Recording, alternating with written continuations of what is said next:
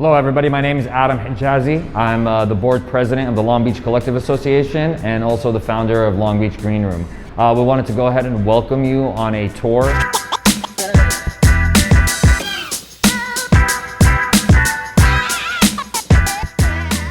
First thing I wanted to kind of highlight, especially with the pandemic of COVID, you will notice that we have 6-foot markers on the floor that will be able to make sure that we properly social distance. With the new world that we live in with COVID, we want to make sure that there's a whole host of responsible social distancing and being able to have procedures in place to maintain safety. Also, the lobby serves as a place where we can have patients and customers register with our system. This is an extremely important part. This is where we make sure we do age verification. We make sure we're properly categorizing the patient, customer, whether they're medical, adult use, or have a state ID. Also, a very important part of a lobby is we want to make sure that you have a big enough lobby so that we don't have any customers or patients waiting on the outside. That's something that we worked a lot with here in the city of Long Beach. Also, you'll notice that there's a big divider and you can't be able to see the back of the house. There's a law here in the city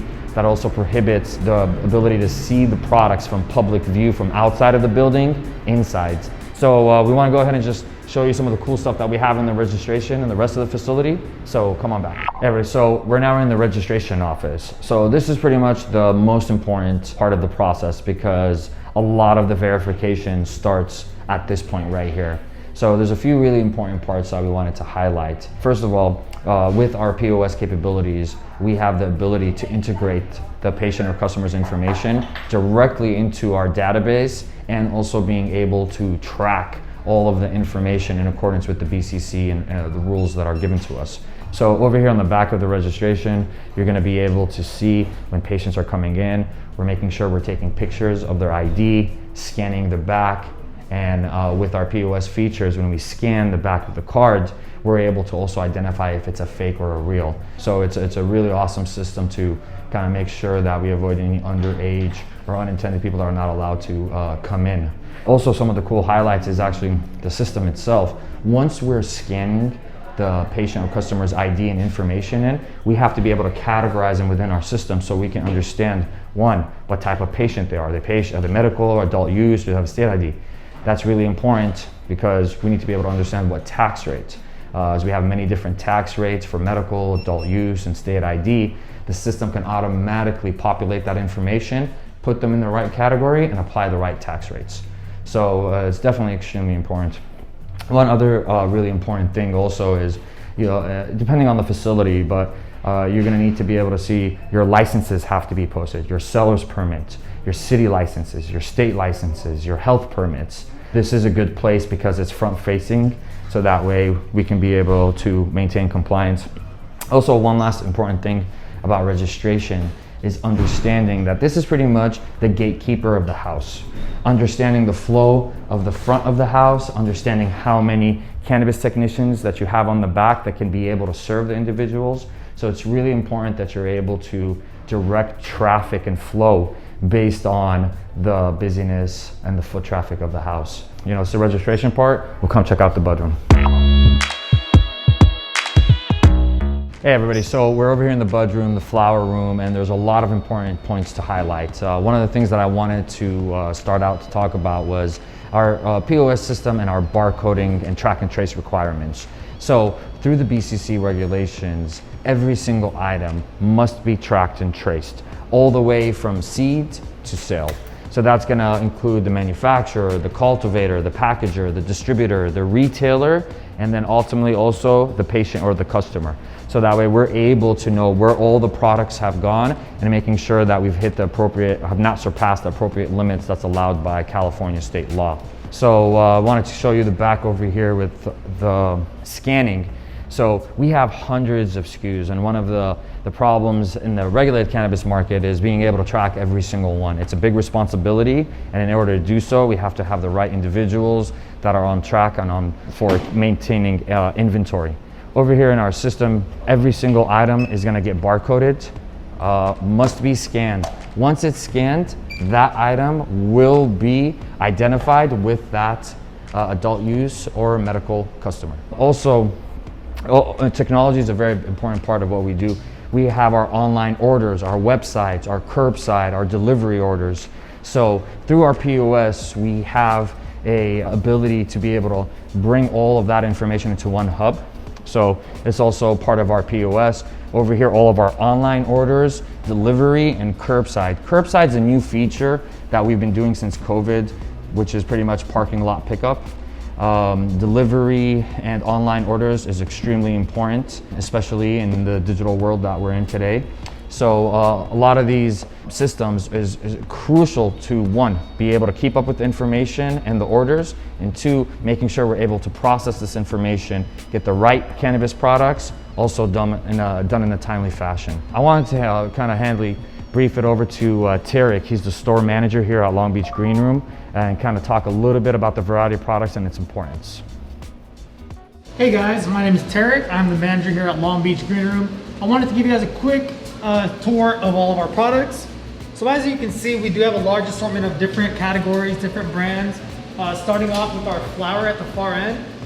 We have different sizes. We can start anything from a gram, an eighth, half ounce, all the way up. We have a large assortment of some THC-rich flower. We have some great CBD flower. And if you look over here, we got our refrigerated edibles, drinks, different sauces, and we have a large assortment of cartridges. We have disposable cartridges, full grams, half grams, live resin, distillates, and we also have a large assortment of edibles for people that do not like to smoke. You can microdose or have even larger portions with our different edibles. We have mints, gummies, chocolates, cookies, name it, we got it over here. Our CBD case, which is one of our best selections, we have a lot of different tinctures, syrups, capsules, creams, topicals, you name it, we got it. Another thing to know is your daily limits. So depending if you're a recreational or a medicinal user, you have daily limits. If you're a recreational user, 21 and over, you can purchase up to 1 ounce a day of flower and up to 8 grams of concentrates and or edibles. For medicinal users, you have a little bit more leeway and you can get up to 8 ounces of flower, but still the same 8-gram limit applies for concentrates. So stop by anytime and come check us out. We have a large assortment for you guys to start getting used to. Thanks guys, so we're gonna go to the back and we're gonna check out the check-in area and see what's the process to be able to make sure that all of these products are barcoded and in the system in accordance with the track and trace. So let's go back. So we're here in our check-in room. A check-in room is an extremely important room. It's pretty much where we do all of our quality control when it comes to bringing in products, and this is before we can actually put the items to sale. We have to do a whole checklist of things. So one of the important highlights I wanted to point out was, for example, what does it mean when we reject an order or when certain orders come in that don't match our metric? It happens. Metric is a very complicated process. It can be. And at times when we get products, for example, we want to see that we have 100 edibles at $3 an edible. And in this manifest, all of these details will be put out. The information of the product, the prices, the driver, the license information, all of that information has to match when the actual order comes in.